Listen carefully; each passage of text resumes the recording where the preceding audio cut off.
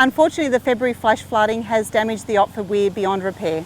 Both sections of the weir over the Hacking River are actually damaged. Look, locals have actually said to us that they were actually out and could see the flood marker, and they actually said that it was well above the flood marker. That's how much rain came through and runoff came through.